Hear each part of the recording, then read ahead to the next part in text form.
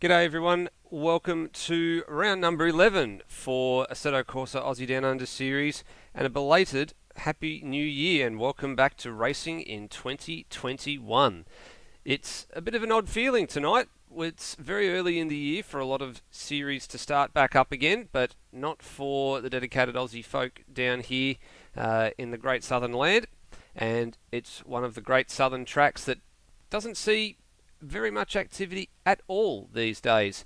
That is the return to racing for the season, and it's Calder Park Raceway, all the way out in the northwestern area of the Melbourne Metro, right on the fringes of the Melbourne Metro, heading out towards Bendigo on the Calder Highway. And the cars that would have graced this once famous racetrack in years gone by get a little bit of a rebirth tonight at the hands of 7 or 8 drivers who are in the process of getting themselves psyched up for qualifying. Glad to be with you again. My name's Steve DeVries. Just going to run this one as a solo broadcast for the next couple of weeks to take us through till the end of the season, which happens to come along when we get to round number 15 at Newcastle in about 4 or 5 weeks from now. We'll pull up the season calendar and show you exactly what we have left to go. And as you can see right there, Calder Park tonight, which is the 11th race out of the 15 that are on the calendar. And then we still have a couple of the traditional tracks that you are used to seeing in supercars and touring cars in years gone by. We've got Sandown coming up in a week's time, Winton in 2 weeks from now, Lakeside, another one of the tracks that sees sort of very little action in terms of a higher profile sort of series cars that come along. In the years gone by, again, touring cars would have come along and graced that circuit there as well. And as the season gets towards its end, Newcastle, the street circuit that has played host to a couple of decent supercars finales over the years, of course the very famous one back in the day being the Scott McLaughlin and Jamie Whincup title spout of 2017, and that one rounds out our season 6th of February. So week to week to week to week to week, so 5 straight weeks of racing for the final third of the season. And of course, we're coming off a triple header of twilight and night races, which rounded out our season all the way back at the end of November. So there was no racing in December at all, and a very big long break over Christmas and New Year. And now we get back into it for the remaining final weeks. Point standings coming into tonight. That is how the point situation sits, with 10 of the 15 rounds completed. Cast your minds back to the end of November, and when it was Bahrain, we ended up with the points pretty much staying as they were for the difference at the top of the point standings. So Shannon Wright and Nathan Higginson actually split the first and second place finishes between them. So they were one apiece for the night, which means they scored exactly the same amount of points, which means the gap didn't get any bigger and it didn't get any smaller. So it remains stationary at 119 points coming into tonight, and every point very, very important from this point onwards for Nathan Higginson. Jamie Nankervis is a further 116 points back, and over the course of the last couple of weeks, Dane Licato had managed to just start to slowly try and get a little bit closer to Jamie, but Jamie put that to bed at Singapore with the better finishes, and Dane missed the last round at Bahrain due to breaking his steering wheel a couple of weeks earlier. So he didn't score any points on that night, but he's back out there tonight. Terry Marwood, who started the season in a VK Commodore, now in the Volvo 240T, finds himself in a nice little battle there, having overtaken John Wright for 5th place, having missed a couple of rounds and then fought his way back. In the balance, the top 10, Brett Willis, Dylan Call, Termo and Brian Munn, a number of those guys in the bottom half of the standings on your screen there. Won't be here tonight by the looks of things. We haven't got any of them just in the server at the moment. although Brian Munn looks like he may just be a late entry, which is good to see. At the moment, just looking like we've got about 8 or 9 drivers just set to take the start tonight. So a little bit of a smaller turnout. Maybe a few guys still on holidays and you're not able to make it back in time. But the title protagonists are at the top of the point standings, and they are at the top of the times that have been set so far tonight. Speaking of tonight, this is where we are at, the Calder Park Raceway, which from historical point of view, you go all the way back to its inception when it was just a very small circuit. It was only about half this size when it was first conceived, all the way back in 1962. The front straight was pretty much slashed in half and made a very big 180-degree bend known as Repco, and sort of joined the circuit pretty much where the second chicane is in the middle of the back straight, and pretty much took it all the way down to the final corner with a handful of S's. It has had a few alterations since then, and the layout which we come to know it as first appeared in 1986, which is the layout that's on your screen there. The 2.28 kilometre 10 corner layout, and of course all the changes that go along with it. Usual race format of the 20-minute qualifying session and 2 races tonight, 18 laps. They will go very, very quickly, with the lap times being very close to a minute. In most cases, just looking at the times from tonight, 1 minute dead. We're seeing some in the 101s, 102s and 103, so it should be a pretty competitive little race, hopefully, tonight. The only man dipping under a 1 minute barrier was Luke Rosella in a 59.818, which is an astonishingly quick lap in these cars. He's at the helm of a VL Commodore, number 36, and a few of the other Commodores in the field in the top 4, so 3 of them in the top 4 after the practice session has just concluded, and we are in a countdown phase heading towards the qualifying session, which is about a minute and a half away from getting underway.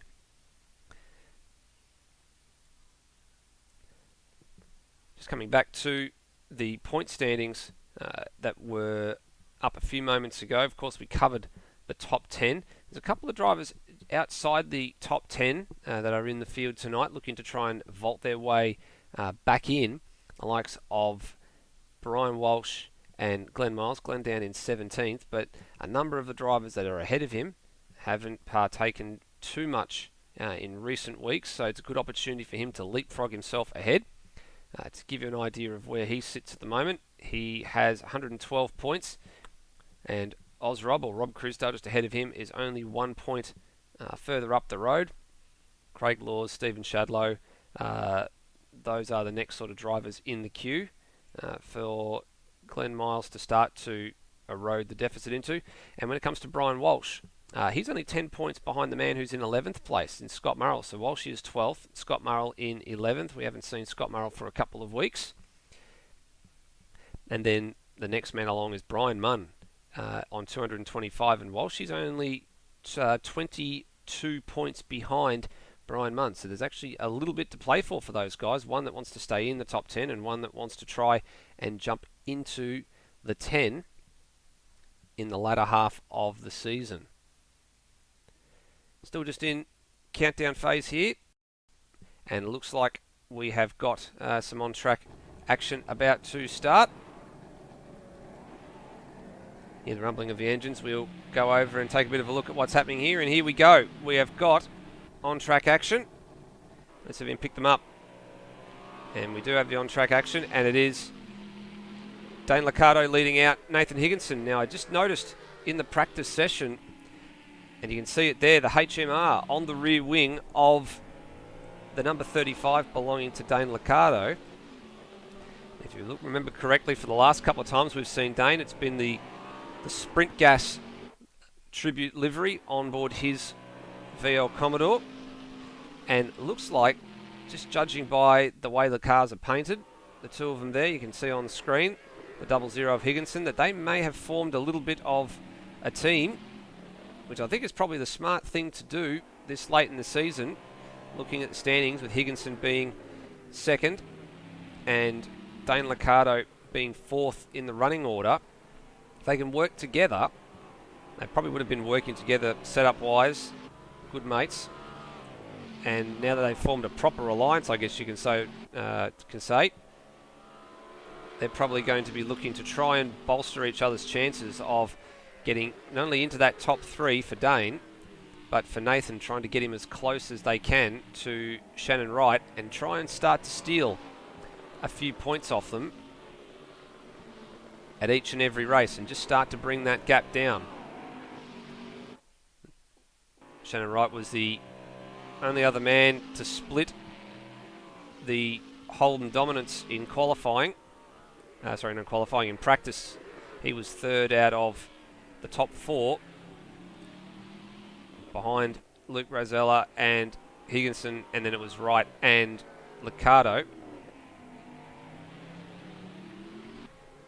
And then it was a little bit of daylight to the rest, you can call it, because the amount of track time you get and the lap speed means that it's very, very easy to lose a lot of time at a circuit like this, and very difficult to gain it back because the margins are usually pretty tight. Same sort of thing can be said for circuits like Symmons Plains and Barbagallo in Western Australia. The more time that you spend on the blacktop is much better than anything else. And well, for Nathan Higginson, for Dane Licato, if he's going to be taking cues from Nathan Higginson like that, then you can bet your bottom dollar he's going to be wearing out the rear tyres in much the same fashion that Higginson has whenever we've seen him so far in ACADS.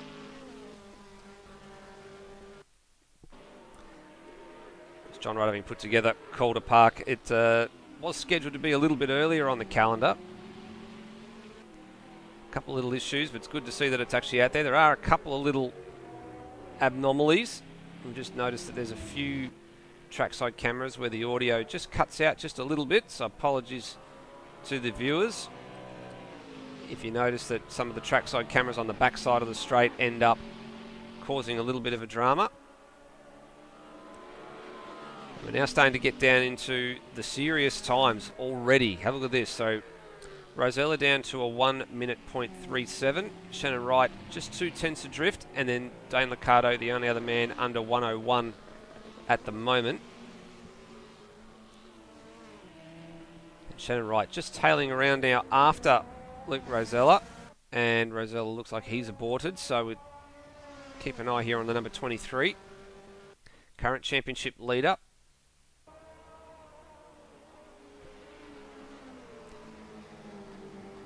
For a little while it was flying solo, but Jamie Nankervis, another one of the Gold Coast Lawn Bowls Volvo 240Ts, joined us late, and haven't really seen what sort of pace that he has got in hand. Hopefully we'll have that in a very short few moments, and no improvement from Shannon Wright last time around. Pretty consistent though, only 2/10 shy of his PB. Bit of a lock-up going into turn number one. That'll cost him a bit of time. So far it's just the 5 drivers to set a lap.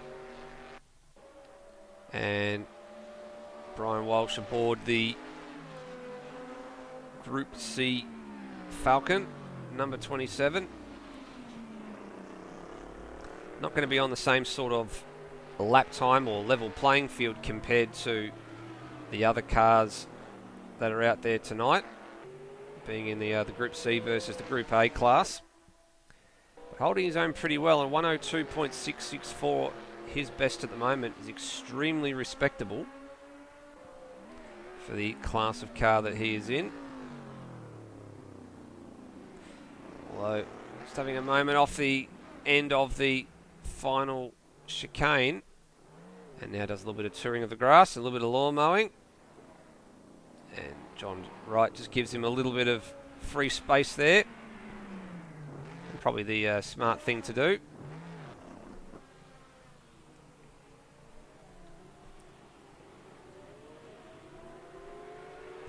despite the fact it's a pretty much a 1 minute lap or thereabouts for the field. Amazing that the qualifying session is going to be 20 minutes long. It's almost going to be the length of a full race for qualifying. The amount of laps these guys can pump in a 20-minute window is extremely high. At the moment, the most amount of laps we've had is 5, and it's set by a handful of drivers. So Wright, Licato, Higginson all have 5. Rosella is just starting his 5th now.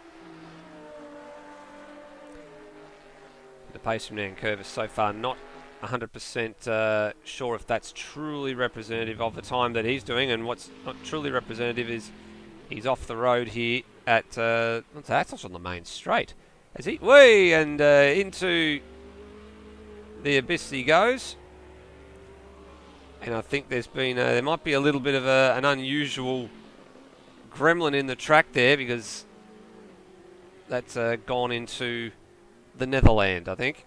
And not sure if that's the untimely death of Jamie Nankervis or not, but that is certainly not what is supposed to happen. I'm wondering if he was having a bit of trying to recover to track maybe after coming together with another one of the cars. I'm not sure. Nathan Higginson, we saw from early on in that piece, was stationary on the backside of the circuit. Wondering whether or not there may have been a little bit of contact there that sent Jamie into the infield. It looks like Jamie has just exited the server orbit briefly. Maybe a couple of technical gremlins also could be the result of that. For the moment, we're down to 7 drivers.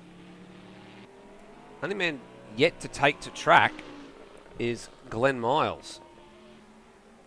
Just looking to see where he's at the moment. There he is behind Brian Walsh in pit lane. Now, he had set a couple of laps in the practice session, but not 100% sure what he's up to. If he's just electing, maybe he's going to take a rear of grid start here.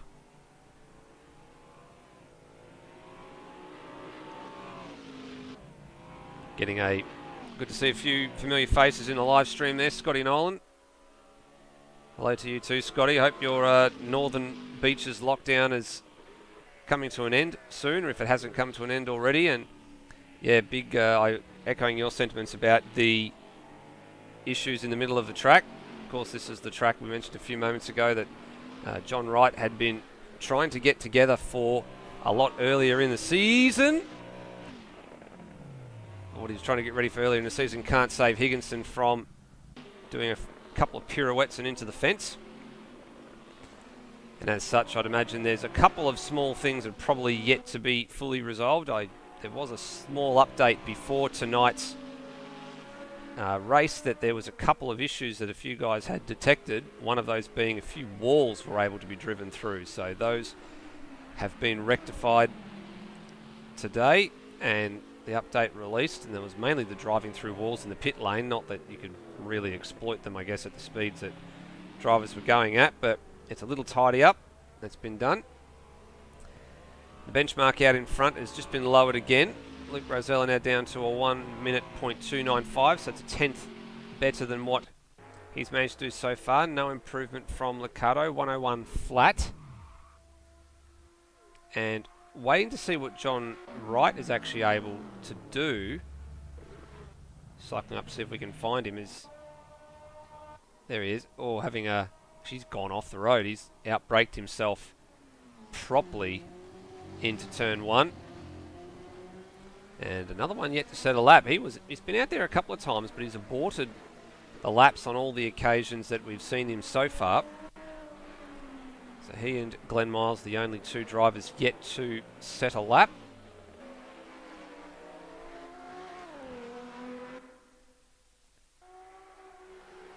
And it's a bit hard to turn to all the different drivers at the moment. There's not very many of them out there on the track, so a little bit of airtime for everybody tonight. Looking to see if Jamie's managed to find himself to get back into server, but it doesn't look like he's made a reappearance just yet, so maybe still having a few issues. Now, John Wright's got a little bit of trouble here in the form of Licato, but be in a position where he's out of the way, so that's not a trouble. He obviously had aborted his lap already. Oh, and a little bit of difficulty at the pit lane. Very difficult to sight cars on the main straight coming out of that lane too. And John Wright's done exactly the same thing again, just outbraking himself a bit too much, straight on at the first turn. And there goes another opportunity to set a lap.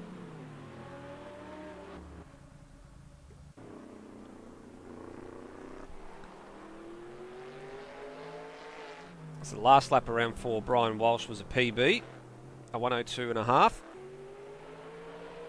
And also a PB for Shannon Wright last time around as well. So the margin that he's got the margin down to Luke Rosella to under 2/10. Hasn't been able to get any closer than what he has so far. He's been playing second fiddle tonight, but I guess for the man who currently leads the championship, plays second fiddle to Luke Rosella, it's not a huge problem for him as long as he's staying ahead of the man who's chasing him in the title in Nathan Higginson.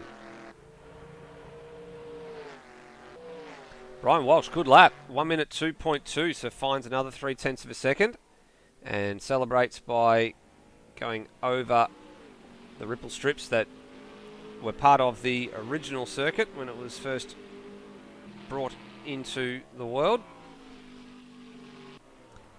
And back to the pits he goes. I think Brian will be pretty happy with that. Looking at the times there, if he could get under the 1:02, he'd be even more pleased. Licato just giving the Volvo of Shannon Wright that was just parked on the exit of the chicane a bit of a wide berth, and then Shannon exited back to pits. An improvement. There's another 10th for Licato.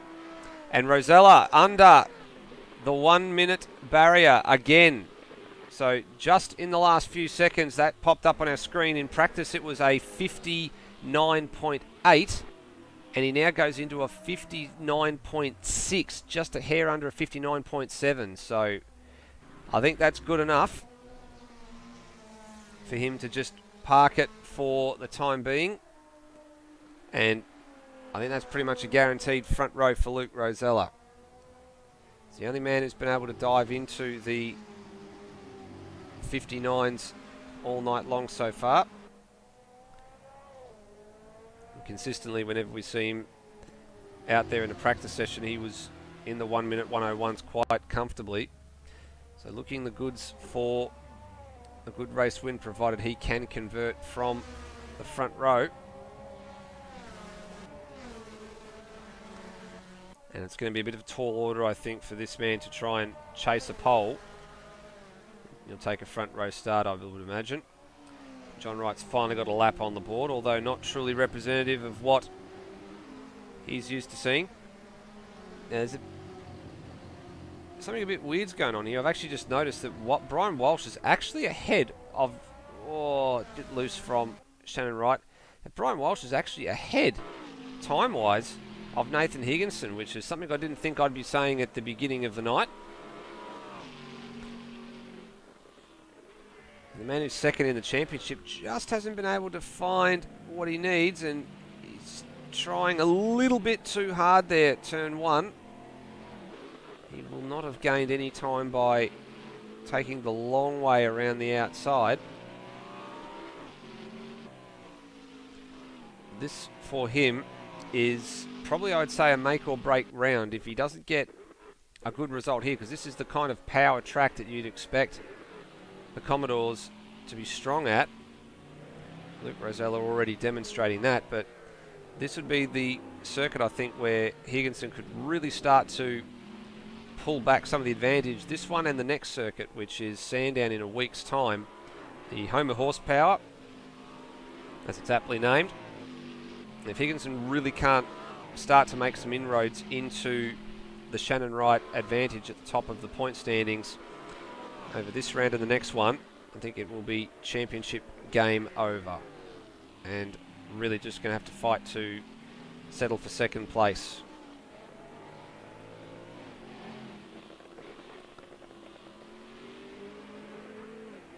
He's just a little bit loose and just a little bit trying a bit too aggressively in some spots.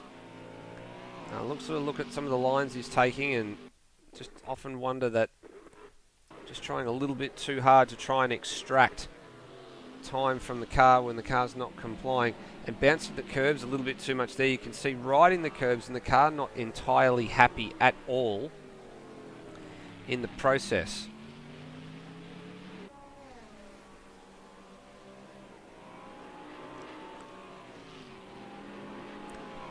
Got a bit more of a representative lap from John Wright now, so his lap of a 105.9 is actually better than his last practice lap, which was a 106. Just found a little bit of time. Slightly better line from Higginson through turn 1 this time. We're actually going to look to see if we can... John Wright off the circuit. Let's see if we can tour and pick up Glenn Miles, who's finally decided he wants to come out and set a qualifying lap. So we thought he was going for a lap that maybe was going to be good enough to start rear of grid. He was thinking about starting rear of grid. He's proven us wrong there.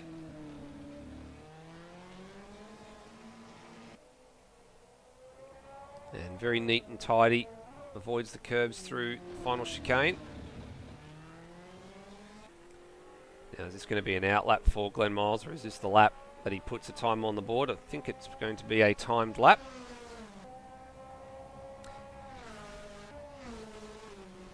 Nope.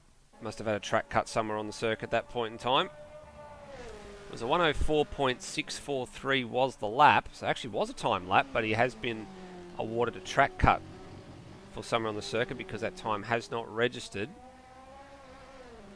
That lap would have been good enough to split Brian Walsh and John Wright on your screen there on the left-hand side. Let's stay with the number 69 as time winds down.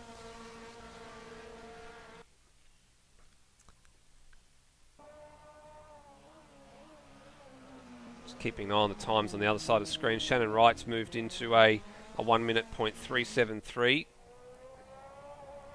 Only just chipped a small margin off the Luke Rosella time.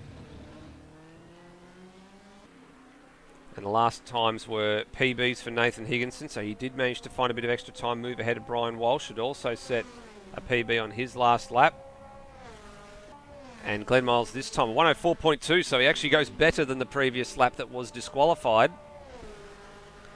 And does indeed split Brian Walsh and John Wright. And he's a bit wide there. You'll get this lap in. He'd be lucky to actually to get one more, I'd say.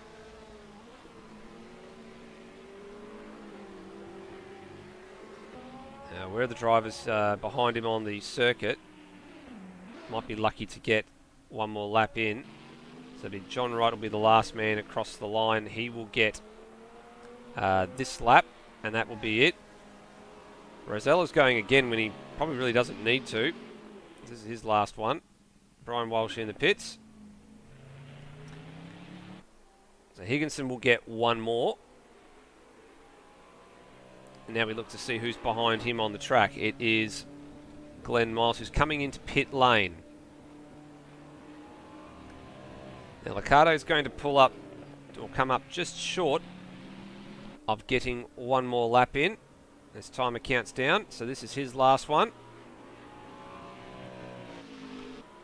Can he find a little bit more time? The answer is no, he can't. But pretty consistent lapping from Dane. Not happy about that one. John Wright doesn't find any time. So that's him done and dusted. What about Rosella? 59.699. No improvement. 59.831 that time around. So really laying the smack down and the heat around this very fast circuit. Now, has Higginson saved the best for last? Is he going to find any more time? Can he threaten his good mate Dane Licato's time ahead of him? He does. He found time. 1 minute .751. So that was extremely late. Just right at the death, he found the time and he knocked off Dane Licato by an incredibly small margin. It was less than 2 thousand or hundredths of a second. So he found it right at the death. So those two, well, they were already on the second row. Now they've swapped sides. So a very late move from Higginson finally put a lap together. Well, we now go into countdown phase for race start, being about 4 minutes away for this one. So we will take a short break and we'll be back in a few minutes' time with the start of race 1.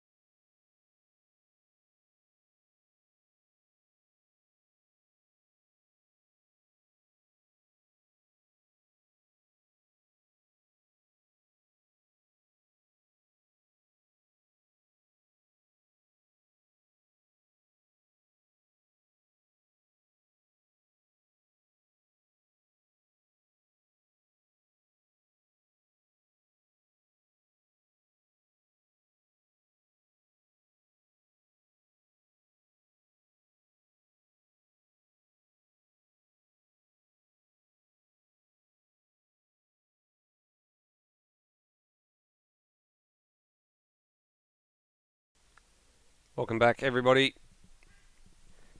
Minute and 45 is all that remains in the countdown phase before everybody starts to grid up. Looks like I'll have a little bit of a driver's briefing at the moment just to go over the usual things. Reminding that when you take a look at this particular racing circuit tonight, that as much as it's 18 laps the distance, pretty much that whole qualifying session that you just saw is almost going to be the race length when you think about it, because there's 18 laps roughly at a minute or so per lap. Plus there is the compulsory pit stop that everybody must take. Pit opens at the end of lap 1 and closes at the beginning, or just before the beginning of lap 18. So as soon as the race leader takes the white flag to start the final lap, the pits are closed to everybody. So you've got to take your pit stop. You cannot take your pit stop on the last lap.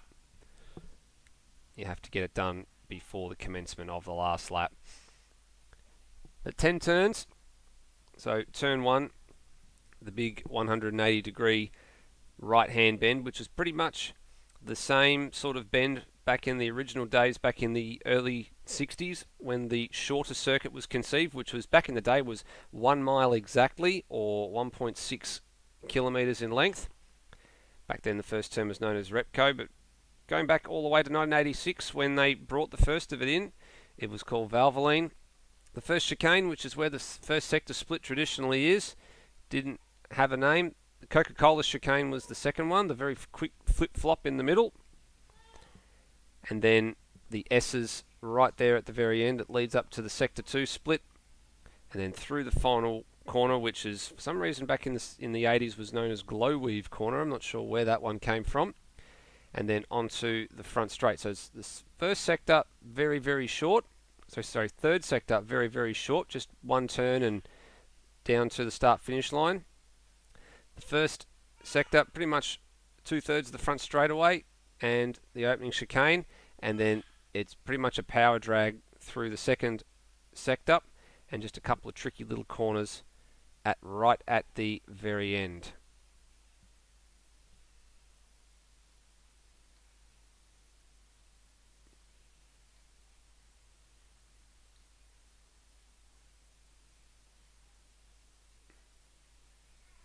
Just waiting on a couple of things just to get themselves together here. Looks like we are getting set for a race start, and there might be a couple of extra drivers, I think, that have just found their way to the back of the grid. So we're looking from the starter's camera at Luke Rosella there on the pole. And you've got to his right Shannon Wright. Behind him is Nathan Higginson, who made that late surge, snatching P3, and then you've got Dane Licato off to the right. So if we grab our trackside camera, we'll just do a little sweep. That's where Dane Licato should be, not currently there yet. Brian Walsh and Glenn Miles, a good mate, sharing the third row. Bit of honking going on. I think they're maybe honking to Dane to tell him to hurry up. There he is. Good to see. And we go back to our leader here. Now just a reminder, we will have to cut away very quickly to take the safety car off the circuit. It does come onto the back of the circuit. One of the little nuances that we have to live with for Assetto Corsa. And plenty of flashing of lights going on, I think, as well. Just looking to see what... Maybe there's a bit of a gear selection problem there for Higginson. I'm not sure what he's doing in that cockpit. The hand going back and forth. Here's the starter's lights. 18 laps of fast, furious racing. Will the V8s come to the fore? Let's find out. Here we go. Good launch. Higginson looked to try and split the middle, but just couldn't get going in the secondary phase of the start. Looks like it's the Volvo of Shannon Wright that's had a pretty reasonable launch. Rosella's going to have to hang tough here around the outside going into turn one. Shannon Wright's pretty deep, but he surges to the lead. Now here comes Dane Licato looking at the inside of Rosella, but no way through, and it all settles down for the first part of this race. We'll just take a brief moment here to get our safety car off the circuit, and we will resume the action. It's out in front. That was Brian Munn we just had a very quick glance at. So good to see he's all aboard. Oh, late dive from Rosella, and Shannon Wright had to leave him some space here. Now, Wright can just feed him out toward the grass if he wants to, but he's a gentleman about it. Leaves a space, and leaves a space again at the final corner. This battle group of four has kicked away very, very early in the piece here. And lap one will be led by the number 23 of Shannon Wright, but he is going to have an awful amount of work to do to keep Rosella behind him. I think it might be sensible just to let him go at this point and worry about the defence of the cars that are immediately behind. Higginson's deep, he's deep! He is gone!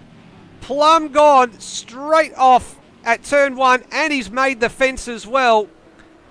Completely misjudged the braking point, and we did say this was going to be a make or break round for him, and he might have just broken his own possibility of getting any closer to Shannon Wright just at that very moment. And just checking out the car, wondering to see if it's all straight, responding properly, but that was a horrible, horrible mistake at turn one, and so early in the race as well. I think what he was trying to do there, I think, was go with Luke Rosella, who had pretty much made a wedge on the inside for him at turn one, but he was just way, way, way too hot into that corner.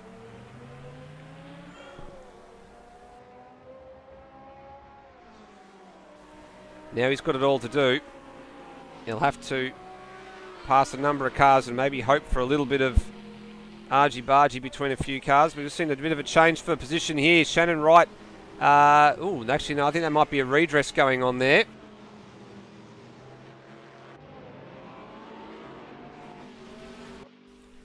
And it looks like there was maybe a driving infringement down at turn one. We did see that Licato went through on Shannon Wright, but he has done the right thing and given that position back. And now this will settle down into the groove for Dane Licato and Shannon Wright. Luke Rosella has checked out. He is well and truly clear. And I think that's probably the smart move that they've done, is just let him go and then they can focus on with their own business. Rosella's no real threat in the championship at the moment, having only done a handful of events when we have a look at him on the standings.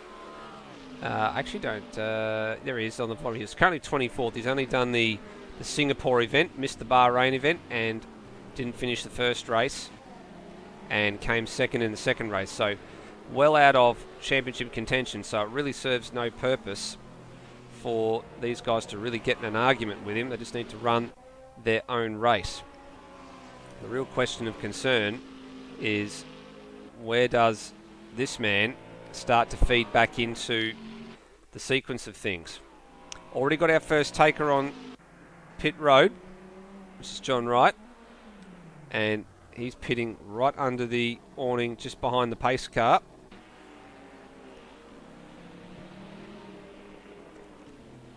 And that means he's going to go a lap down to the race leaders because they're coming through right now.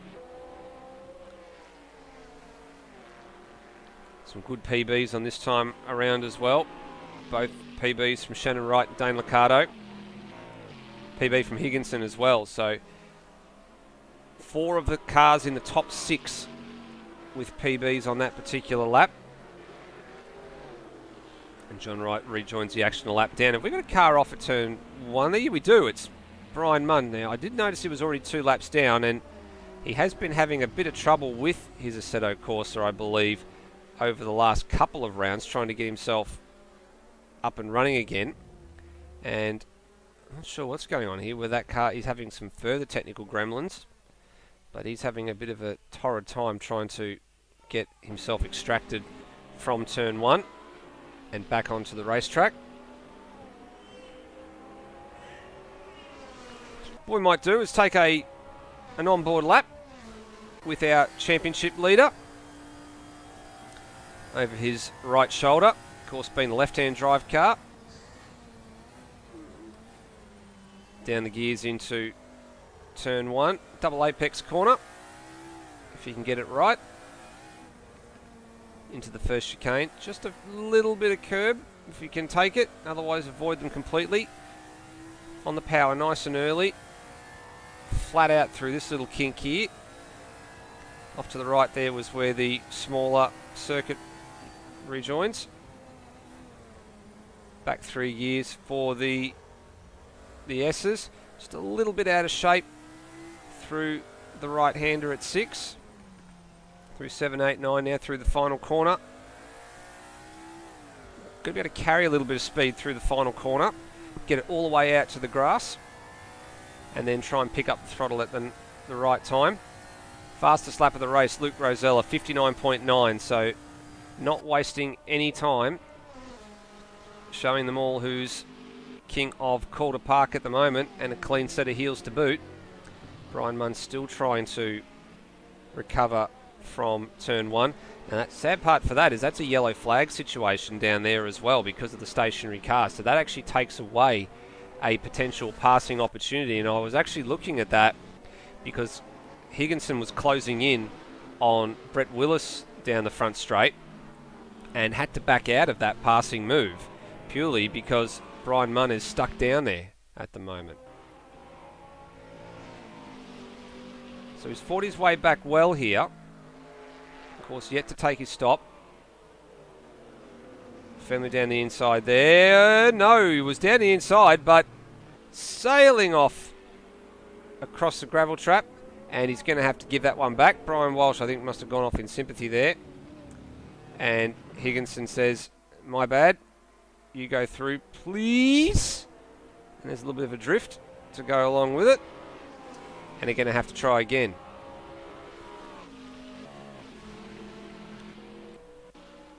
So Brian Munn, have a bit of a look further down. Yeah, that car is not going anywhere, so I'm not quite sure whether they should be telling him just to retire the car there. Now, see, there was a passing move being sized up down there, so that potentially also becomes an issue now.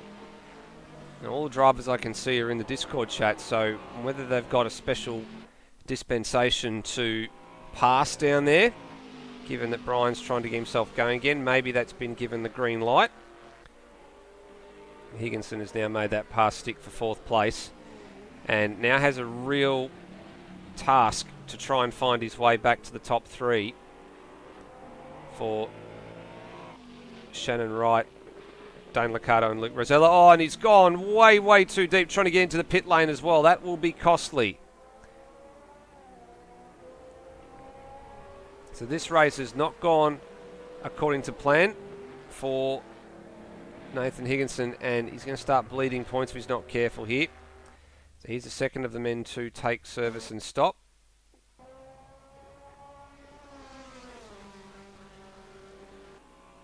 And he's actually going to get lapped here. Rosella's coming around the final couple of corners now. And he's actually decided he's going to take service too. So not being lapped at this point. And also Shannon Wright decides time for me to follow you in. And Licato the same. So all three of them just splitting the strategy straight down the middle. Nice and simple.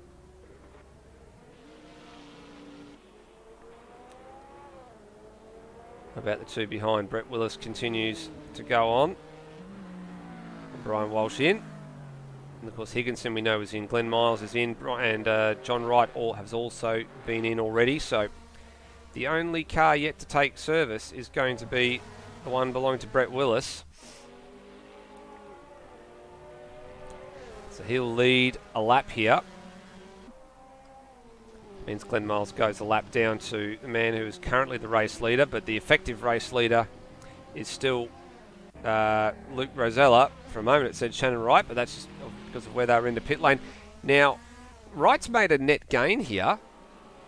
Rosella with a bit of a slow stop, and that margin was at about 6 seconds. It is now about 2.5. So whether or not there was a fuel miscalculation or an issue with getting things sorted for the stop, not that I don't think it's going to matter very much, but for Shannon Wright it actually means that he's actually gained some time over Dane Licato, because the gap between Licato and Wright was only about 4 or 5 seconds coming into the stops. It's now almost doubled. And Licato's actually drifted back towards Higginson, so this is interesting too. Higginson with this recovery trail that he's sort of trying to blaze at the moment, and he is not too far off the back of his teammate. And we just saw the back shot there. There's John Wright having recovered. He must have had a moment through the flip-flop and was off the road as the two Commodores went past between the second chicane and the S's.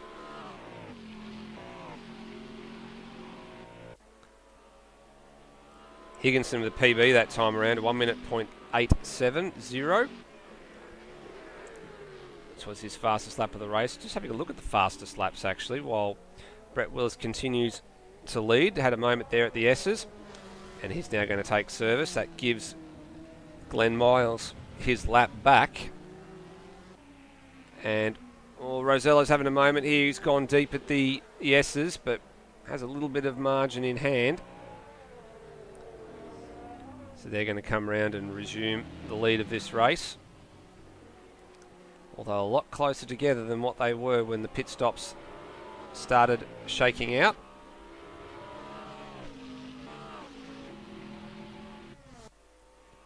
Remembering too, it's a full reverse grid race for the second race. Brett Willis in for his stop. There he is. Licato goes through. Higginson behind him, so that'll drop Brett Willis to 5th. Now we're looking to see where he feeds out here, because the man he was sort of close to when the pit stop started shaking out was Brian Walsh, and he's going to come out well clear here. So that's a good bit of strategy for Brett Willis to stay out a little bit longer. It's worked in his favour. Margin that was about 3 seconds again. has pretty close to doubled. He moves into a nice solid 5th place right now.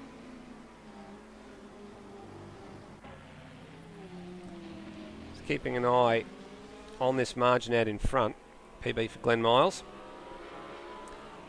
Wondering if Rosella's just sort of settled into a rhythm here. Just he's proven the point, proven that he's quick, and now just wants to bring it home. Just 6 laps remaining. The closest battle on track actually there's actually 2 of them. Battles for 3rd and 4th, 5th and 6th are both roughly the same margin. Although Higginson, what's happened to Higginson? He's had a really tardy lap. He's gone off the road in the final sector. And I think he might be consigned to a 4th place finish here. Very wounded, panel damage looking 00 Commodore here. Had actually a pretty reasonable start. Just couldn't do anything with it. And then second lap, way too hot into that first corner. Trying to take advantage of a situation that presented itself, but just wasn't able to pull the car up. Much heavier car, carries a bit more speed. Just bouncing over these curbs. I'm wondering whether he knows that he's sort of safe for position 4 at the minute, and sort of now going exploring, looking for ways to find time, just to see what he can do in this second race.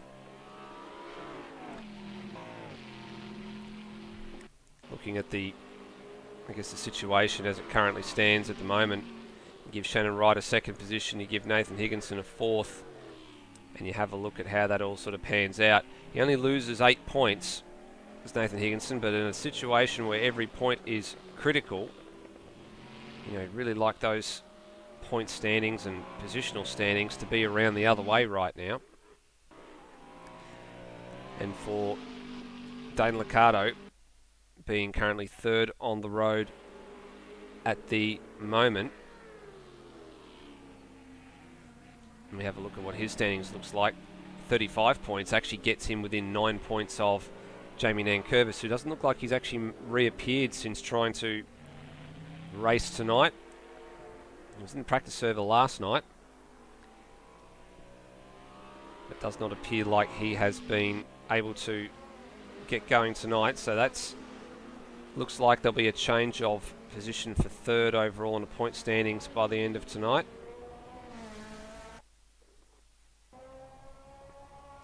Also, with Terry Marwood being absent, that means John Wright will move into 5th place overall in the point standings. Speak of the devil, John Wright, there he is off the road again. That's the 2nd time we've seen him have a moment at that particular part on the track.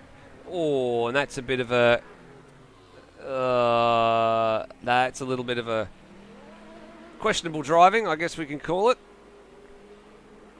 As now he's having to wait for all the other cars to come past. And now can get going again. Oh, and having some further trouble here as well. So, and right in front of the car of Brett Willis, that one was.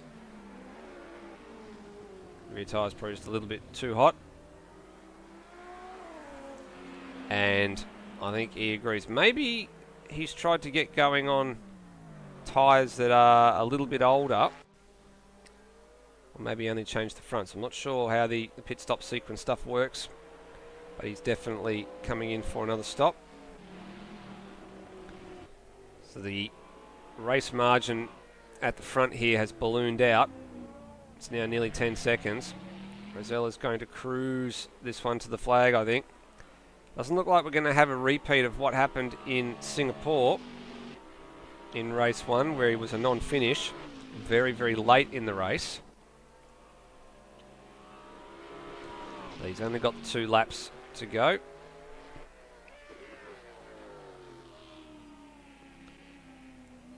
Last lap around for him, a 101.0 to Shannon Wright's 101.2, so he's just sort of taking his foot off the gas a little bit here.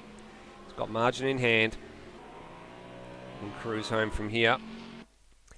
Having a look at the fastest lap standings, the 59.9 from Luke Rosella is still the fastest lap of the race. But behind them, the margins are actually pretty tight. Shannon Wright and Dane Licato only separated by a tenth and a little bit for their respective quickest laps, a 100.46 to a 100.59. And then Higginson, while he's not that far behind, he's actually just set a PB of a 1 minute .836. So he's not out of question in terms of actual one lap, fastest lap pace. He's right in the thick of it with Shannon Wright and Dane Licato, but the problem is he is some 13 seconds behind where he would want to be right now.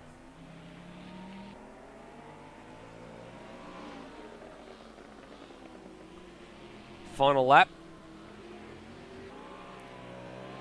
So Luke Rosella has pretty much dominated this race from the get-go. Only lost the lead through the pit stop sequences for a couple of laps. And in a race that is currently approaching 19 minutes duration, we were pretty much almost spot on the money when we said it was going to be the length of the qualifying session was pretty much going to be the length of each race tonight as well at 20 minutes. Rosella's managed to do it in less than that. 19 minutes and about 10 seconds when he gets to the line, and will salute in race 1 for his first victory in Assetto Corsa Aussie Down Under Series. Championship leader comes home in second place, with Dane Licato in third. There he goes.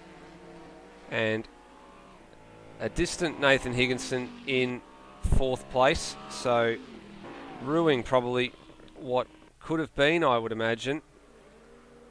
He definitely has some pace, but he was a lot closer to those guys at the front at the start of the race. Just could not get his braking properly sorted for the first corner. Excellent fifth for Brett Willis, backs up the pair of fourths that he had at Bahrain. And Brian Walsh, another sixth place finish for him. That's an equal season best finish for him. First one of those coming back at Phillip Island. Glenn Miles already across the line. Already the burnouts have commenced at the end of the track. Seventh place finish for Glenn Miles. Eighth and the last classified finisher going to John Wright. As we said, it's enough to leapfrog him over and above everybody else that was ahead of him in Terry Marwood. Not here tonight, but for the first race of the night, it is over and done with. Podium Sitters, Luke Rosella, Shannon Wright and Dane Licato. The only non-finisher in that one was Brian Munn, who is the man that is in 10th place overall on the standings. And I'm not 100% sure if he will be right to partake in race number 2, but he's definitely still in the server and definitely still in the Discord channel at the moment. Hopefully going to get those technical gremlins sorted out and be right to go for race 2. So overall, with everybody across the line, the racing took about 21 minutes or thereabouts to get everybody across the line. And we will have ourselves another short break and be back for a reverse grid race in a few moments' time.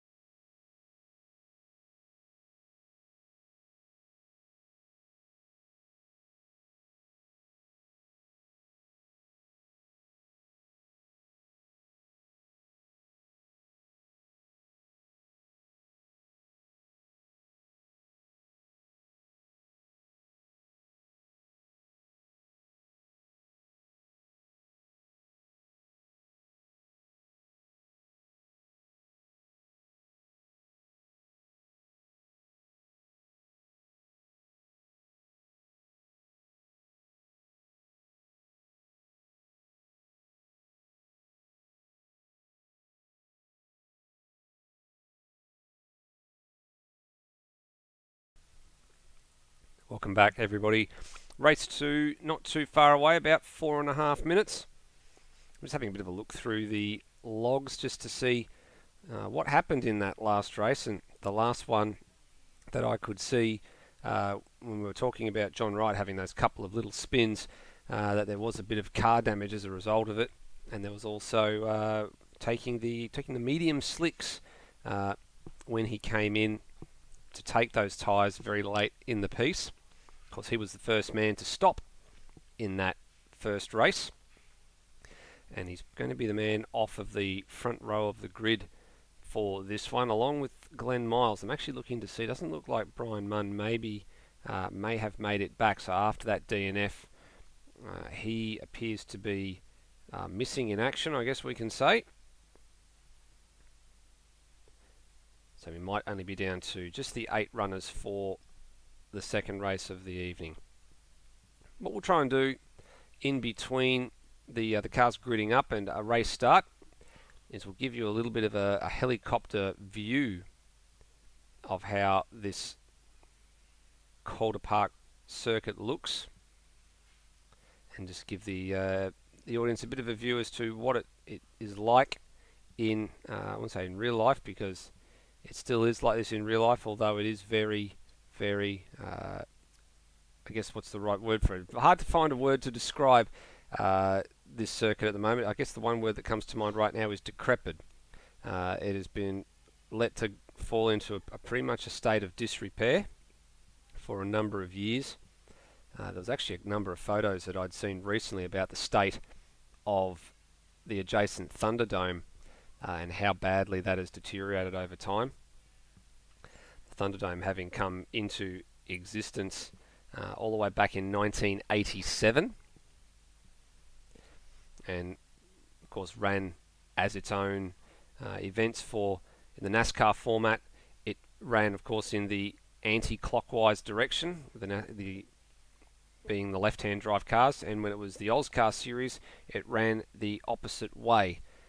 So they ran in a clockwise direction, which was very unusual for a number of drivers, having seen NASCAR, and I guess the idea behind it all those years ago with Bob Jane and his brother Bill, when they put all that together for 1987, which cost them about 2 years of planning and about 4 years to build it. So they started building it in the early 80s. The banking on the oval at 24 degrees, they were calling it a super speedway, even though it was only 1.8 kilometres long, which is a little bit shorter compared to a number of the oval circuits over in the United States. It sort of didn't have the kind of wow factor, I guess, that it did, and continuing to, it sort of died very, very early in the piece. Of course, the one thing that this particular circuit is famous for, all the way back in the day, was a very famous Guns N' Roses concert, all the way back in 1993. Back in the Use Your Illusion tour, they put it out at Calder Park apparently because they were so loud. They could apparently have been heard all the way from Melbourne. And looking at the history of what that all happened, apparently when all the songs were over, the buses left the venue very, very early after that final song was finished, and just about the whole entire crowd was stranded, and the reports were that they had to walk all the way back down the Calder Highway to Melbourne, and that they were looting a 7-Eleven on the highway home for food because they had to go so far, and that was the last ever concert to be performed at Calder Park. Hard to imagine that they would perform at a venue like that in today's day and age. Actually heard recently that Guns N' Roses, as washed up as they are these days, coming back for a tour later this year in November I think they're playing Rod Laver Arena or somewhere in Melbourne, and a couple of other venues as well, but I guess a lot of the diehards will remember the Calder Park gig of 1993. And while we've now got drivers starting to grid up, we'll get ourselves going here. And what we'll actually do is we'll just have a bit of a look at this particular circuit. So you can see here, we're on the helicopter shot. If we look down, there's our grid all the way down there. The car's getting themselves ready to go, but we'll have a bit of a quick look up here and we'll show you a few things. So on the run towards turn number 1, you can see there, that's where the old circuit was. There's the U shape for what's called the club circuit, and then rejoins at the flip-flop and heads all the way back up towards the second half of the circuit. There's the run down to turn 1. Now in real life, the Thunderdome entrance over there is technically the exit of the combined course. The original entry point was very, very close to where that red box is, just on the left-hand side of the screen there. And of course the GP layout, or Grand Prix combined circuit layout, ran all the way along the Thunderdome there, around the banking, around in the clockwise fashion, and then exited out and then came back into turn 1. That was 4.2 kilometres long in that combined layout back in the day.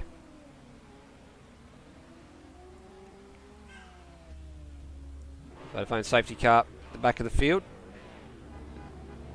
And of course we've got the full reverse grid. Looks like Brian Munn has made it back in, so good to see that we're going to have all the runners. Let's see how this goes. All the lights ablaze, full reverse grid, 18 more laps of Calder Park. Away we go.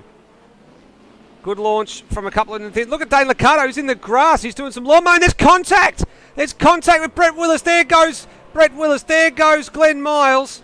Not sure who kick-started that. I'm wondering if it was Dane Licato that was caught in the sucker hole in the middle. Actually, not in the middle, he was caught out on the grass. Brian Walsh has just been shoehorned off into the grass in the gravel trap at turn 1. And Higginson has got the lead and is trying to disappear away here. There's Glenn Miles back a shot. He is all over the infield. We'll take this moment just to get our car off the circuit and we'll go back and have a look at what's going to Glenn Miles. So he's finally recovering. He smacked the wall hard on the pit lane exit wall as a result of the contact. The other party in that was Brett Willis, and he was caught out at the start there. Oh, and I don't think he's particularly happy with what's happened there in the whole recovery phase. He's got a lot of work to do. And who's that off the road? There's another car off the road there. That is the Brian Munn machine.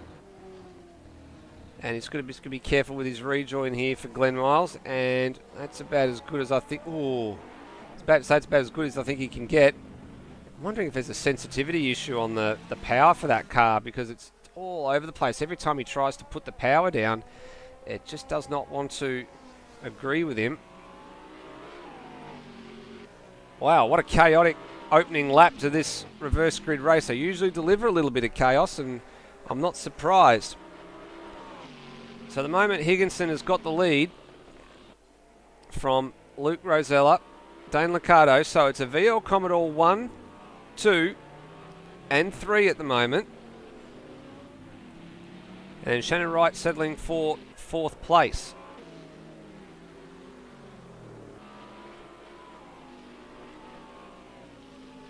So first flying laps now starting to be completed. I'd probably imagine we'd see a whole bunch of PBs for the field starting to light the screens up on this next tour if everyone's got themselves together. So as they stand, 1 minute 6 for Higginson, 1 minute 9 for Rosella, 101.3 for Licato, 101 flat for Wright. Brian Walsh with a 103 flat. Brett Willis a 102.9, and then a couple of drivers with a few oddball laps. John Wright with a 106.9, Glenn Miles a 104.3, and then Brian Munn still having a few dramas, but he's posted a 106.4 on the previous tour. And Brett Willis, another one of those casualties, has made his way past John Wright. What has actually happened to John Wright? Did he have another off-track moment somewhere?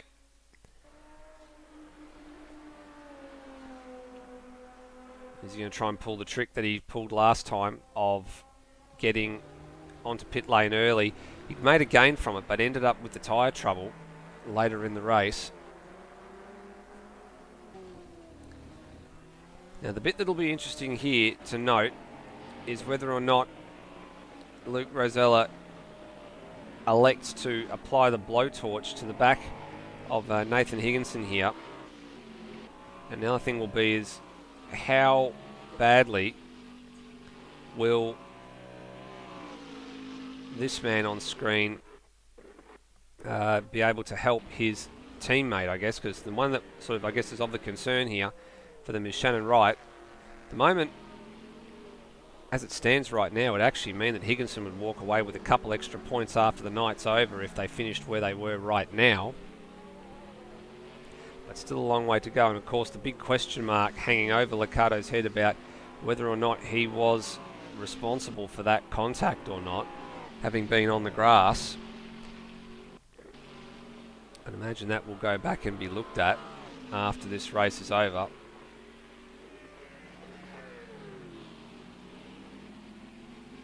It's a little bit deep there going into the first corner.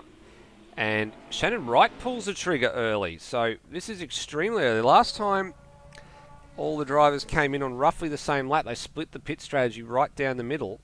So this is an early stop for Shannon Wright. I'm wondering whether that's just to switch to a tyre set that will last the distance and make him a bit more happier, be able to go to the end of the race.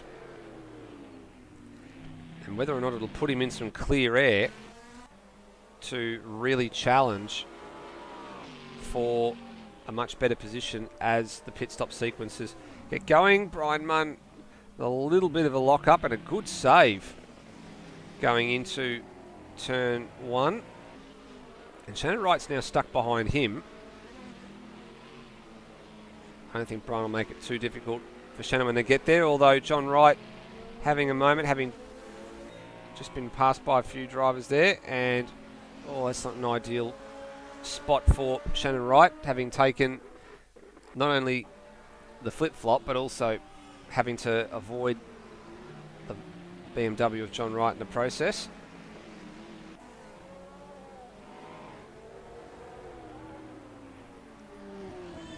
And the margin out in front getting ever closer. Oh, a bit close for Rosella, right to the edge of the track there, kicking up a little bit of the green stuff. And he's really starting to motor on here. So with the lap times, 0.3 quicker last time around. Consistently a couple of tenths of a lap quicker over the last couple of laps.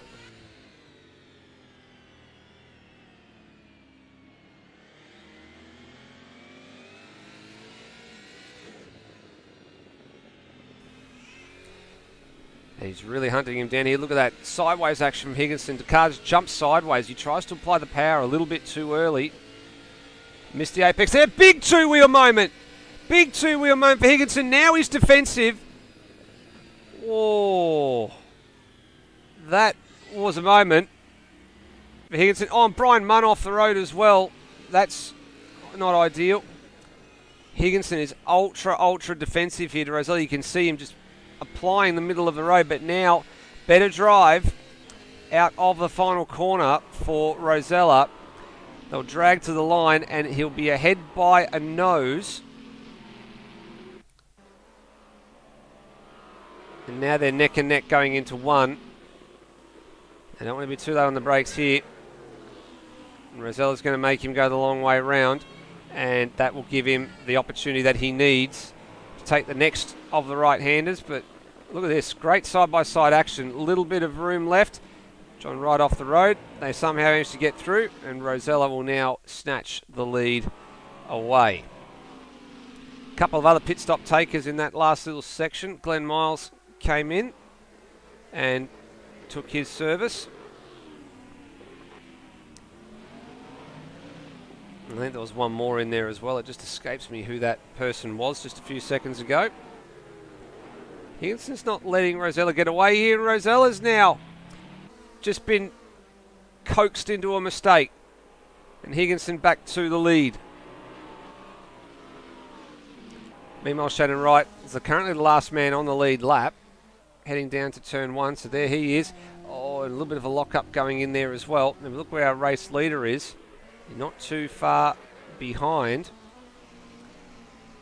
Important thing for Shannon Wright is he needs to obviously stay on the lead lap. If he goes a lap down, he will be, I guess, a little bit vulnerable to staying in fourth place. He won't be able to make those gains I guess he was looking to make on Licato, Rosella and Higginson. At the moment, he's actually not doing times that are really starting to make life easier for him.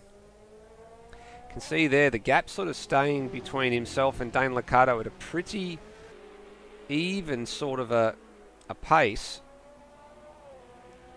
He needs to make a lot better time than what he's doing at the moment. So what is it across the line now? 101 flat. That's actually a PB for Shannon Wright at last time around. Licato's best lap of a 1 minute .95, a 101.5. So that time around, Wright did make a gain on Licato. So if I was Dane Licato, I'd be in this lap. I'd be getting in as soon as possible. You need to cover off the possibility of Shannon Wright jumping you in the pit stop sequence now. If he reacts too late, he will definitely lose that third place. Another change for the lead back at the front. Rosella has gone back through on Higginson. Higginson's not letting him get away here. But I think from his point of view, he probably needs to just watch what happens here and keep an eye on Rosella and the lines he's taking, and he'll start to just tidy up a little bit. But the pair of them have now opted to come in, and Licato too. So reacting to what's going on.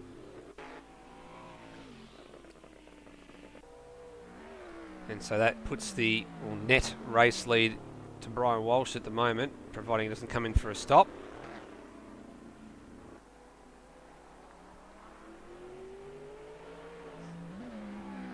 And he does continue on. So I believe this is going to mean a race lead for Walsh. And Higginson's beaten Rosella out of the pit lane. So that is good for Higginson's challenges. Walsh goes through. Here come the Commodores. Now, Licato needs to look to where Shannon Wright is, and he's done the right thing here. He's covered it off. So if he had stayed out for another lap or two, probably would have been in a bit of trouble. But he does maintain that advantage, although he's now got cold tyres, and will have to just be on his game a little bit here. He's got a lap traffic car ahead of him in Glenn Miles. His first car a lap down. That poses no trouble.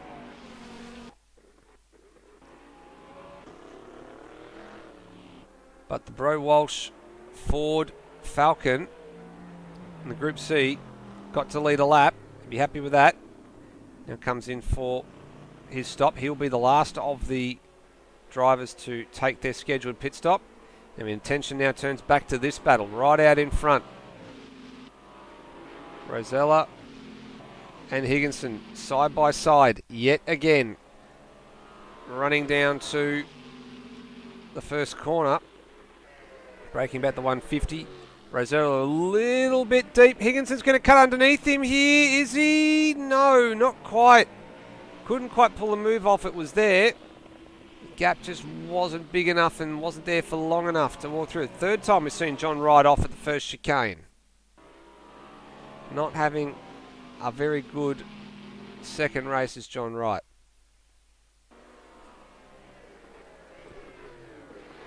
Now, these two have swapped the lead back on several occasions prior to the pit stops.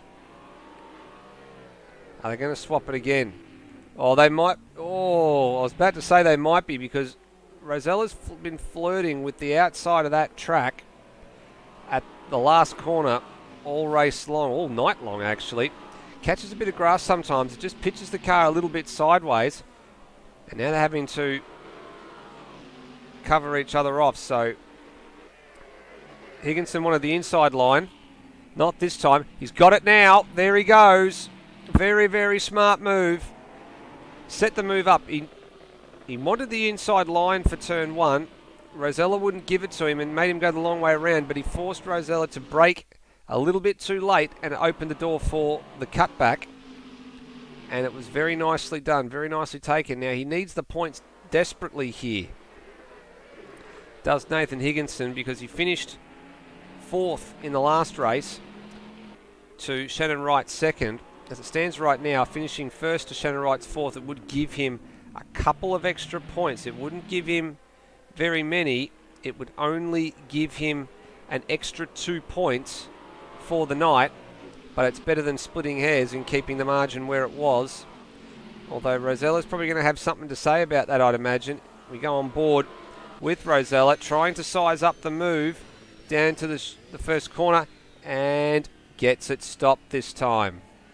Right on the money. Blocks off any potential avenue of sending it back up the inside, and the job is done.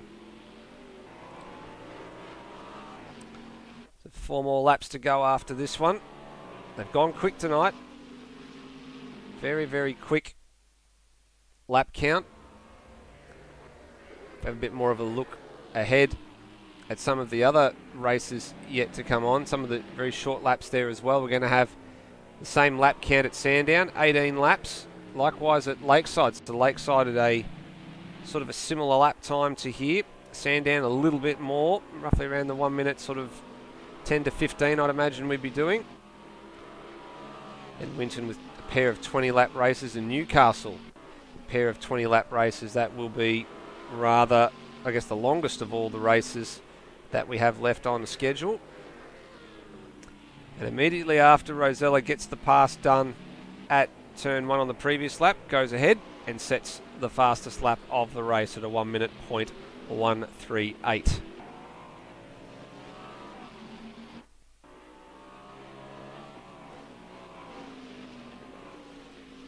Oh, Brian Munn, big lose coming out of the flip-flop and right in front of the race leader. Almost an airplane crash.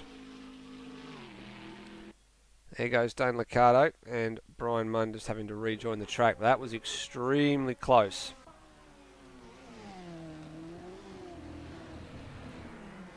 Now I'm Brett Willis, another 5th place run for him at the moment. Everyone's sort of gone back into the positions that they finished the last race in the bottom half of the standings. A little bit of a change at the top, but not much change elsewhere. Commenced lap 16, 3 more laps to go. And the only battle really on track of any significance here is the one for the race lead.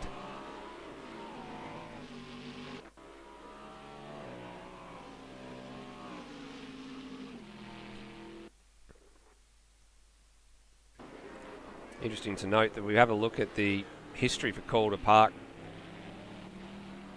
for all the cars that have actually ever won a race here. As Higginson's off the road at the S's and off the road the final corner, but with plenty of margin in hand, he's not really threatened for his 2nd place. We'll sort of go down the order and have a look.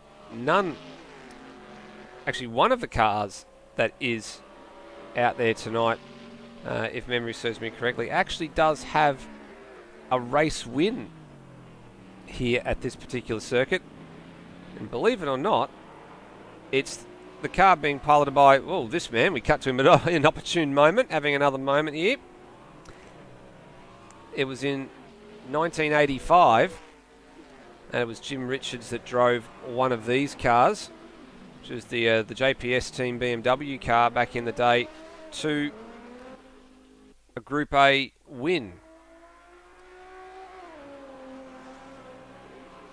Having looked back in 1985 as well, that would have also been on the short circuit, which is now currently the club circuit, as John Wright has another moment. That would have been back in the days where it was just the 1.6 kilometre circuit. So none of the other cars that are out there tonight in terms of make or model have won at this particular venue. BMW is the only one.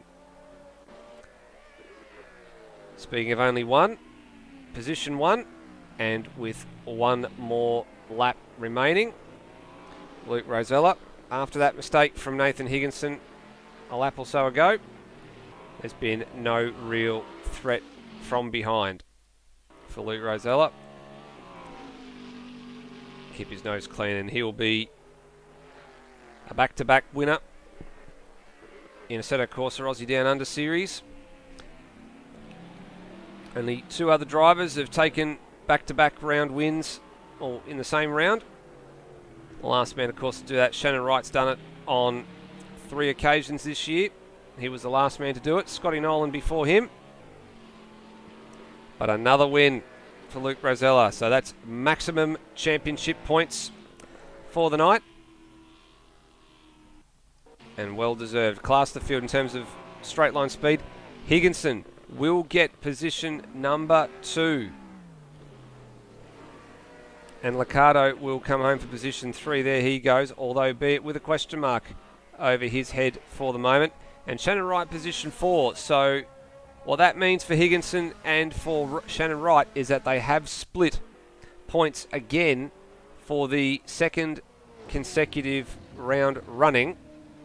Although there might be a little something said after things are over. Brian Walsh, first man, was a lap down in position number 6. And then the last man home on the lead lap, Brett Willis again. So second, 5th place finish for him on the night. Second, 6th place finish for Brian Walsh. Glenn Miles home in 7th. And that is the second consecutive 7th place finish for him. And 8th for John Wright. And Brian Munn was 4 laps down. So at least he's classified as a 9th place finisher. So he will get some points and some reward for his effort tonight.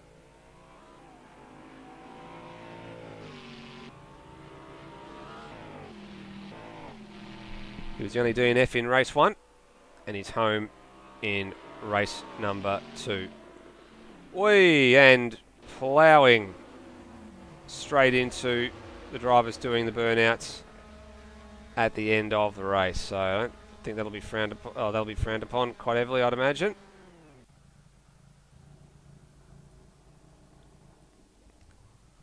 I think just about everybody has had enough of proceedings for the night. And I think that'll just about do it for us as well. We'll wait to see if we get any of the drivers float down to have a chat with us about their night. Hoping to see if we can see a few of the podium sitters, actually. So your podium sitters from race 1, of course, Rosella, Wright and Licato. And in the second race, it was Rosella, Higginson and Licato.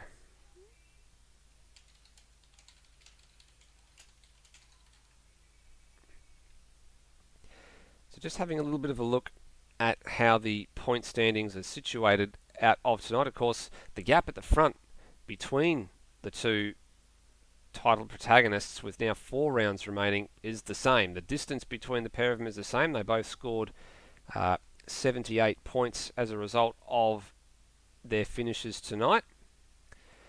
Dane Licato, with his pair of 3rd place finishes, has leapfrogged Jamie Nankervis, but remember, we've still got to think about what happens between now and the next round, whether or not they go back and have a bit of a look at that race 2 start. John Wright and Brett Willis have advanced a couple of positions as well, so good to see from those guys that they're moving up the standings a bit. And if I look a bit further down, Brian Walsh has actually managed to sneak himself into the top 10 with the pair of 6th place finishes that he's had tonight too, so I'm sure he'll be pretty chuffed with that. Another man who'd be pretty chuffed with his performance tonight is Luke Rosella with a pair of wins. So Luke, this goes with your 2nd place finish you had the last time we saw you at Singapore, and then that unfortunate non-finish from when you first raced at the very first race of Singapore. But class the field tonight, Luke. Well done. Yeah, thanks, Stella. Yeah, interesting start to the night.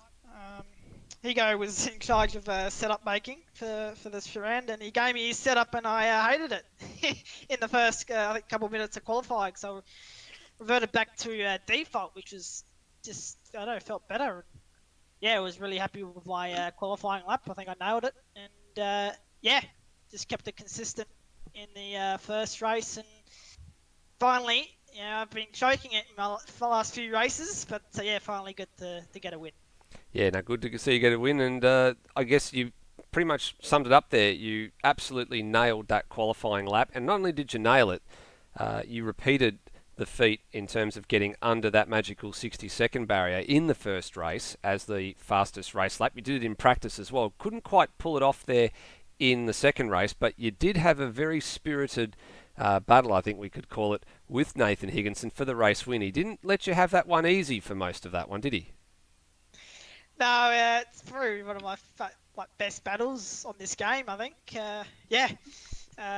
got a good start to the race, getting past the traffic, and just had to try to catch him, and we had a pretty good battle. He actually jumped me somehow in the pits, just because I was ahead of him coming into the pit stop, and he somehow jumped me. I don't know how, but anyway, he was in front of me after the pit stops, and we just kept on battling, and somehow he had absolutely brilliant straight line speed. But it's good battles. It was pretty fun as well. We're both in the Discord, bloody having a laugh. Yeah, it was good fun.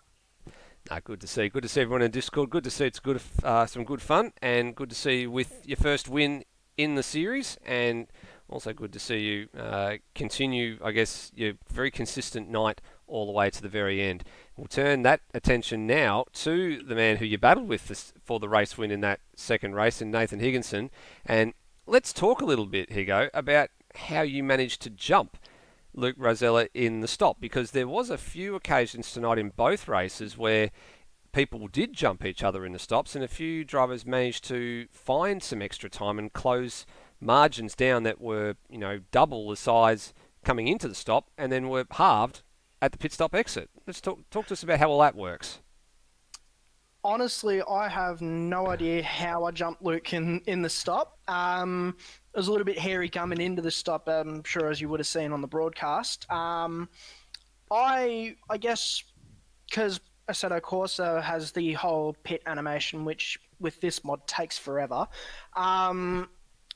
Basically, all I did was I had it in first, clutch and throttle in, and as soon as I saw it flick back to the cockpit view, I just floored it. And some way, I jumped him in the pits. Well, jump him in the pits you did, but the important thing for you in that second race, in that little battle, was it did put you back at the front of the field for all but a brief few moments. That gap really didn't get large enough until you made the mistake a couple of laps from home, which pretty much gave Luke Rosella, I guess, the clean air that he needed just to cruise to the line. We did see you with an unforced error in the first race as well. Talk to us about lap 2, turn 1. It was the old deep and gone moment again. Yeah, with that, I guess it was just, I'm pretty sure it was just an opportunity that presented itself, and I was a bit too hot on the brakes. Decided to check my brake bias on the way out of there, and turns out my brake bias was set 2 clicks back from where it should have been. So didn't have enough stopping power on the front end to get it stopped in time. So many robberies. There we go. And good to see that you recovered pretty well in that one, and I guess fought your way back to 4th place overall. Sorry about the apologies there. We just had to serve and mute Shannon Wright very quickly. There's a little something going on in the background there. We'll unmute him in a few seconds. The important thing, and this is the funny part about this, we were remarking at the beginning of the night that Calder Park and probably Sandown, the two real opportunities that you would have had to gain some points advantage over Shannon Wright, and for the second consecutive round, you two guys have split points. You basically had the same number of points at the end of the night as each other at Bahrain and again tonight. So the gap between the two of you stays the same at 119 points. So not probably the round that you wanted, but I guess being the same distance apart is probably better than losing points tonight, isn't it? Well, yeah. Being the same distance apart is probably going to be easier for me to, next couple of rounds, try and chase down that gap between myself and Shannon.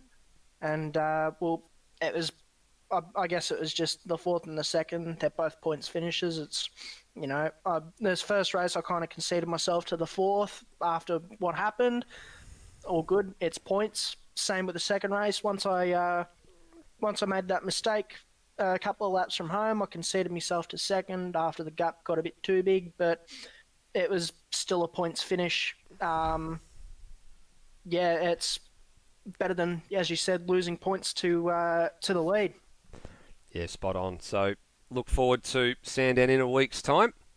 We flick over to the other man who's involved in this little equation at the moment. Hopefully it's all quiet on the Western Front behind him at the moment, so we've released the server mute lock from him. And Shannon, I guess, good mate, good to see that you got some support in the background there, but let's have a chat about your night. Again, splitting points with Higginson, and, well, Luke Rosella was bloody quick tonight, couldn't sort of really put the clamps on him in race one, and sort of just had to settle for second, which is probably, I guess, the best thing you could do because you were ahead of your nearest championship rival at the time.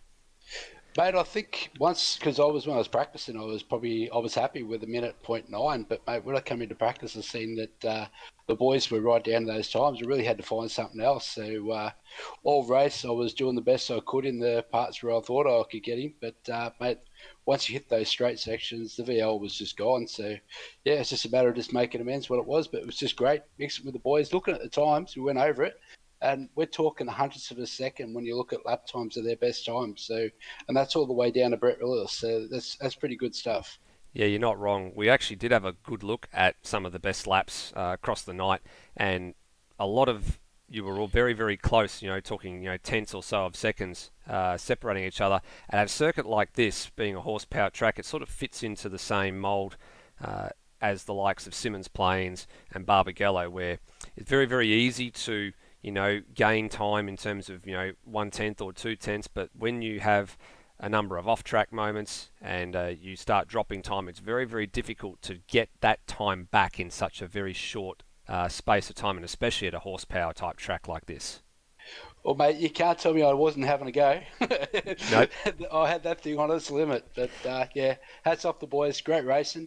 It's a shame I got caught up in that little bit at the start. I was sitting back and seeing what was going to happen and got rear-ended. So it dropped me off the pace a bit. But yeah, mate, pitted early, tried to see what I could make gain. But the boys were just on fire. They drove awesome.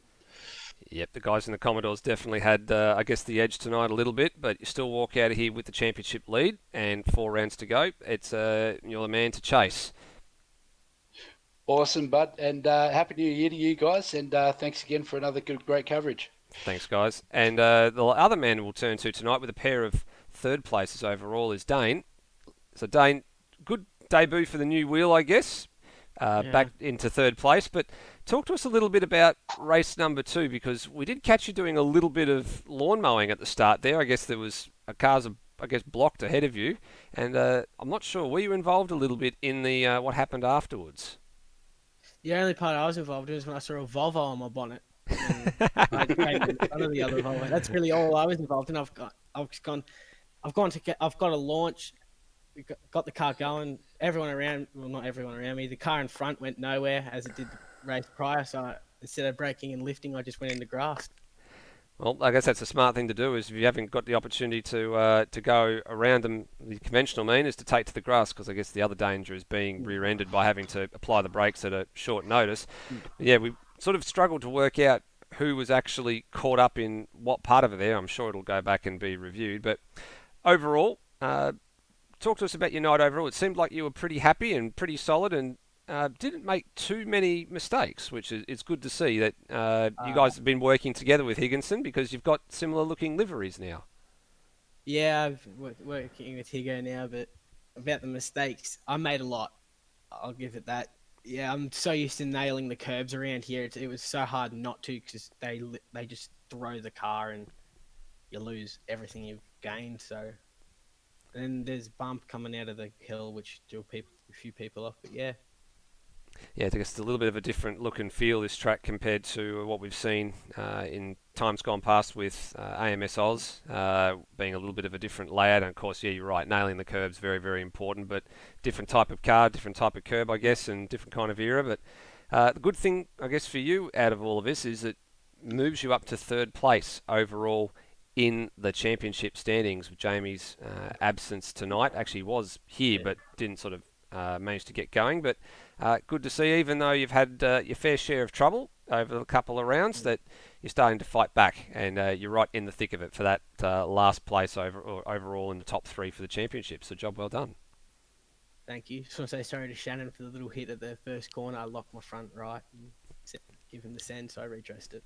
Yep, no, we did. All good, mate. No probs. Yep, we did catch that on the broadcast, but we're having a nice little love in here at the end of all of the racing for tonight. We'll leave it there for everybody for tonight as we had a look toward Sandown in a week's time. The home of horsepower, is it going to be a continuation of the dominance of the Commodores, or are the Volvos going to fight back? We'll find out in a week. Please drive safely, everybody. We'll see you in a week's time. Bye for now.